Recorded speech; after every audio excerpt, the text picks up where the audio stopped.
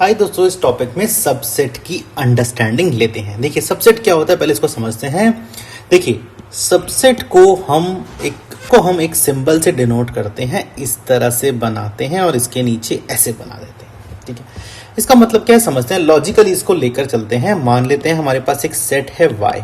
ठीक है, इसके अंदर बोलते हैं, इसके अंदर क्या है, all the students of class 11th, जितने भी बच्चे हैं क्लास 11th के, उसको मैं y सेट में डाल देता हूं।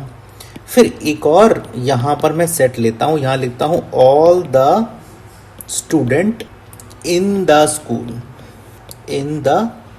स्कूल, जितने भी बच्चे हैं स्कूल में उनको मैं यहां लिख लेता हूं। इसी को मैं सिंबलिकली एक बारी सेट रिप्रेजेंटेशन से बनाता हूं। कैसे, तो देखिए जितने भी स्टूडेंट हैं वो क्या हो गए, वो तो ये हो गए।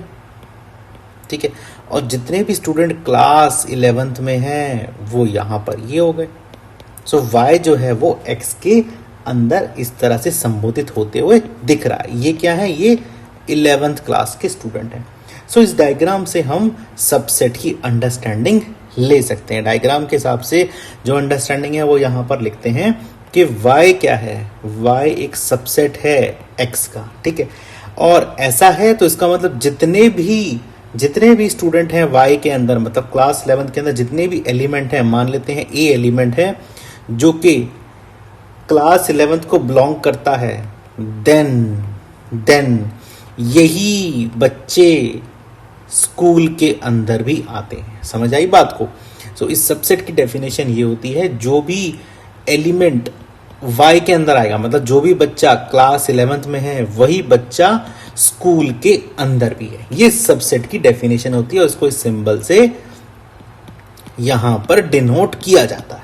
ठीक है, ये एक बात हो जाती है हमारी। So every element of class 11 is also element of the school.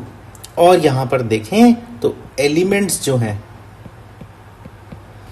Of x, school के जो एलिमेंट हैं वो बड़े होंगे एलिमेंट्स ऑफ y से।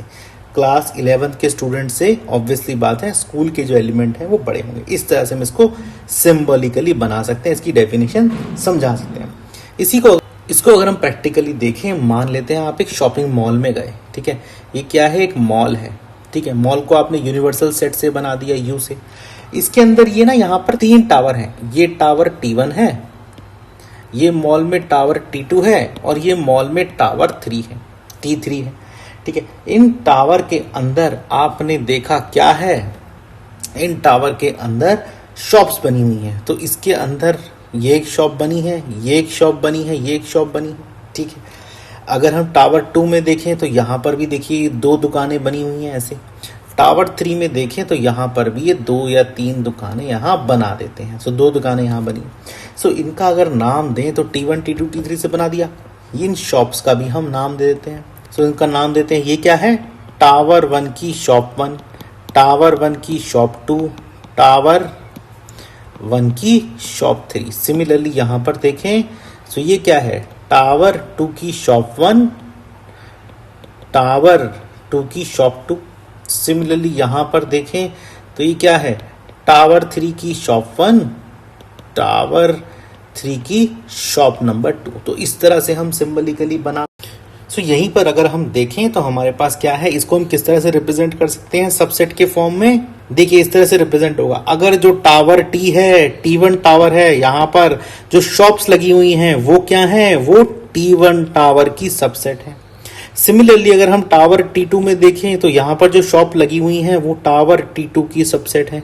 सिमिलरली अगर हम टावर T3 में देखें तो यहाँ की जो शॉप्स हैं वो टावर T3 की सबसेट बनी हुई है। इसीलिए सिंबलिकली भी हमने ऐसे बनाया हुआ है। इसी चीज़ को हम आगे समझ लेते हैं, इसी कंसेप्ट को और समझ लेते हैं कि मान लेते हैं मैं एक और यहाँ पर ना एक सेट बना लेता हूँ, यूनिवर्सल सेट U। इसके अंदर मैं एक और सेट बना लेता हूँ, सेट C। इसके अंदर एक और सेट बना लेता हूं, सेट बी, इसके अंदर एक और बना लेता हूं, सेट ए। सो अगर मैं इसको सिंबलिकली लिखूं तो ए जो है वो सबसेट है बी का, बी जो है सबसेट है सी का, सी जो है सबसेट है यू का। सो यहां पर देखिए वही स्ट्रक्चर बन रहा है, ए बी के अंदर है, बी सी के अंदर है, सी यू के अंदर है, तो वैसे ही सबसेट का स्ट्रक्चर भी बन गया। ठीक है, अच्छा अब एक डायग्राम देखते हैं, अब एक कंसेप्ट देखते हैं जब मैं नॉट अ सबसेट की बात करता हूं। मतलब जैसे कि ए जो है ना वो बी का मान लेते हैं सबसेट नहीं है, ए जो है वो बी का सबसेट नहीं है, तो जो नॉट सबसेट है उसको मैं ऐसे लिखता हूं। सो ये कंडीशन क्या है, नॉट अ सबसेट की कंडीशन है। ये कंडीशन कब लागू होती है देख लेते हैं, इसका डायग्रामेटिकली व्यू लेते हैं। सबसे पहला डायग्राम लेते हैं, ये कब होगा, आपके पास यहाँ पर एक यूनिवर्सल सेट है, इसके अंदर आप मान लेते हो ए यहाँ बनाते हो और बी आप यहाँ बनाते हो। ठीक है, सो ए और बी के केस में क्या है, A is not a subset of B, ऐसे बनेगा। ठीक है ना, सो नॉट अ सबसेट की कंडीशन इस डायग्राम में देखिए दिख रही है। सिमिलरली अगर हम देखें सो यहाँ पर सेकंड वाले में देखिए, सेकंड वाले में देखेंगे सो ए यहाँ पे है और बी यहाँ पे है, ए और बी आपस में देखिए इस तरह से इंटरेक्ट कर रहे हैं, तो A is not a subset of B. यहां पर भी देखिए ए सबसेट नहीं है, ए अंदर नहीं है बी के, बिल्कुल सिंपल हमें दिख रहा है यहाँ पे। सिमिलरली अगर हम देखें एक और डायग्राम बना लेते हैं, इस केस में क्या करते हैं ना, बी को अंदर डाल देते हैं ए के। क्या ये सबसेट है, क्या ए बी का सबसेट है, बिल्कुल नहीं है, या तो बी ए का सबसेट लग रहा है मुझे। तो यहां पर इन सब डायग्रामेटिकली व्यू से हम बता सकते हैं कि नॉट अ सबसेट की कंडीशन कब होने वाली है। ठीक है ना, तो ये भी एक सबसेट के कंसेप्ट को समझने का तरीका है। ठीक है, आगे देखते हैं, एक कंसेप्ट और देखते हैं। देखिए ए जो है वो बी का सबसेट है, ऐसे बोल देते हैं, मान लेते हैं बी भी ए का सबसेट हो। ठीक है ना, इन दोनों केसेस में क्या है, ठीक है, अगर ये कंडीशन 1 है, ये कंडीशन 2 है, इन दोनों केसेस में क्या है, इन दोनों केसेस से कंक्लूजन निकलता है कि ए जो है ना वो बी सेट के परफेक्टली बराबर, और इसको हम बोल देते हैं इक्वल सेट है। ये क्या है, इक्वल सेट है। इसी एग्जांपल ले लेते हैं, मान लेते हैं आपके पास एक ए सेट है, इसमें कुछ यहाँ पर एलिमेंट दिए 1 2 3 4 5। एक बी सेट है, इसमें यहाँ पर एलिमेंट दिए हुए हैं, इस तरह से लिखे हुए हैं, x is an odd natural numbers less than 6। So B set के अंदर क्या है, एक्स इस तरह का नेचुरल नंबर है जो कि लेस देन 6 है, मतलब कि बी सेट को सिंप्लीफाई करेंगे, इसके अंदर है 1 3 और 5। यहां पर ए में क्या है, ए में है 1 3 5, बी में भी है 1 3 5।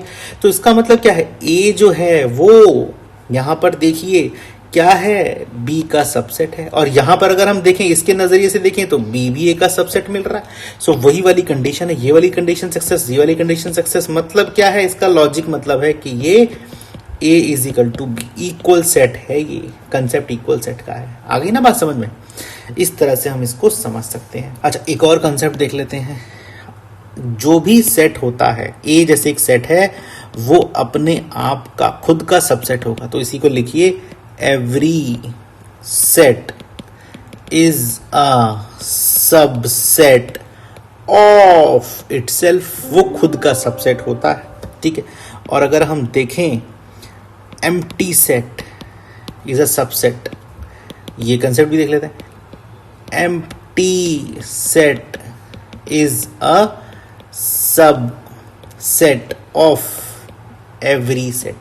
जितने भी सेट होंगे इस दुनिया में, एम्प्टी सेट उसका पार्ट होगा ही होगा। सो ये दोनों लॉजिकल कंडीशन, दोनों ही कंसेप्ट ट्रू बैठते हैं सबसेट के केस में। ठीक है ना, सबसेट के केस में दोनों चीजें ये ट्रू बैठती हैं। ठीक है, और समझते हैं लॉजिकली क्या क्या चीजें हमारे पास देखने को मिलती है, इसको नंबर फॉर्म में समझते हैं। सो अगर इसको हम नंबर फॉर्म में देखें तो किस तरह का स्ट्रक्चर हमारे सामने नजर आता है, एक बार वो भी देख लेते हैं। देखिए यहां पर सबसे पहले लेते हैं सी। सी क्या है, एक कॉम्प्लेक्स नंबर है। सी के नीचे किस टाइप का नंबर आता है, रियल नंबर आर। ठीक है, उसके बाद देते हैं रियल नंबर किस किस में डिस्ट्रीब्यूट होता है, क्यू में डिस्ट्रीब्यूट होता है, और रेशनल इरेशनल नंबर में डिस्ट्रीब्यूट होता है। मतलब रियल नंबर जो है रेशनल नंबर और इरेशनल नंबर में डिस्ट्रीब्यूट होता है। ये क्या है, ये रेशनल नंबर है और ये इरेशनल नंबर है, दोनों टाइप के नंबर आ गए। उसके बाद हम देखें रेशनल नंबर क्या है, इंटीजर बनता है। ठीक है ना, रेशनल नंबर हम देखें तो इंटीजर बनता है, और अगर हम इंटीजर को देखें तो ये एक नेचुरल नंबर n बनता है, n से बनता है। सो इंटीजर हो गए, उसके बाद नेचुरल नंबर होगा। अब यहाँ पर देखिए छोटा सा कंसेप्ट समझिए किस तरह का रिलेशन बना रहा है। ये देखिए तो नेचुरल नंबर जो है वो चाइल्ड है इंटीजर का, इंटीजर जो है वो रेशनल नंबर का चाइल्ड है, रेशनल नंबर रियल नंबर का चाइल्ड है, और रियल नंबर कॉम्प्लेक्स नंबर का चाइल्ड है। इस तरह का देखिए स्ट्रक्चर एक बनता हुआ चला आ रहा है। इसका मतलब क्या है, अगर मैं देखूं रियल नंबर जो है वो सबसेट है कॉम्प्लेक्स नंबर सी का, अगर मैं रेशनल नंबर देखूं वो सबसेट है रियल नंबर आर का, अगर मैं इंटीजर देखूं वो सबसेट है किसका, रेशनल नंबर क्यू का, और अगर मैं एन देखूं नेचुरल नंबर वो सबसेट है किसका, इंटीजर आई का। सो ये किस तरह की अंडरस्टैंडिंग है, यहां पर देखिए क्या है, एक पेरेंट चाइल्ड का रिलेशन बनता है। और जैसे ही रिलेशन बनता है तो मैं कह सकता हूं कि इसको मैं सबसेट के फॉर्म में रिप्रेजेंट कर सकता हूं। पेरेंट चाइल्ड के रिलेशन को सबसेट के फॉर्म में रिप्रेजेंट किया जा सकता है। ठीक है, तो वही चीज मैंने देखिए यहां पर बना दी। इसी चीज को मैं इससे भी लिख सकता हूं, देखिए natural number is a subset of integer, is a subset of rational number, is a subset of real number, is a subset of complex number. ऐसे भी इसकी स्ट्रक्चरिंग बनाई जा सकती है। ठीक है, एक और कंसेप्ट सीखते हैं दोस्तों यहां पर, प्रॉपर सेट का, प्रॉपर सबसेट का कंसेप्ट। प्रॉपर सबसेट का कंसेप्ट क्या होता है, मान लेते हैं आपके पास एक सेट है बी, इसके अंदर एलिमेंट है 1 और इस तरह से कैस्केड है एलिमेंट 2, 3 और 4, 5 ऐसे है। तो 2, 3 देखिए इस तरह से एक सेट बनाता है अपने आप में। अब एक और आपके पास सेट है ए जिसके अंदर 2, 3 है। सो यहाँ पर देखिए क्या देखने में मिल रहा है, लॉजिकली अगर हम इसको बनाता हूँ मैं अगर, तो देखिए ये बॉक्स बनाता हूँ, ये यूनिवर्सल सेट बनाता हूँ, इसके अंदर मैं देखूँ तो ये क्या है, ये 2, 3 है, ये क्या है, ये ए है।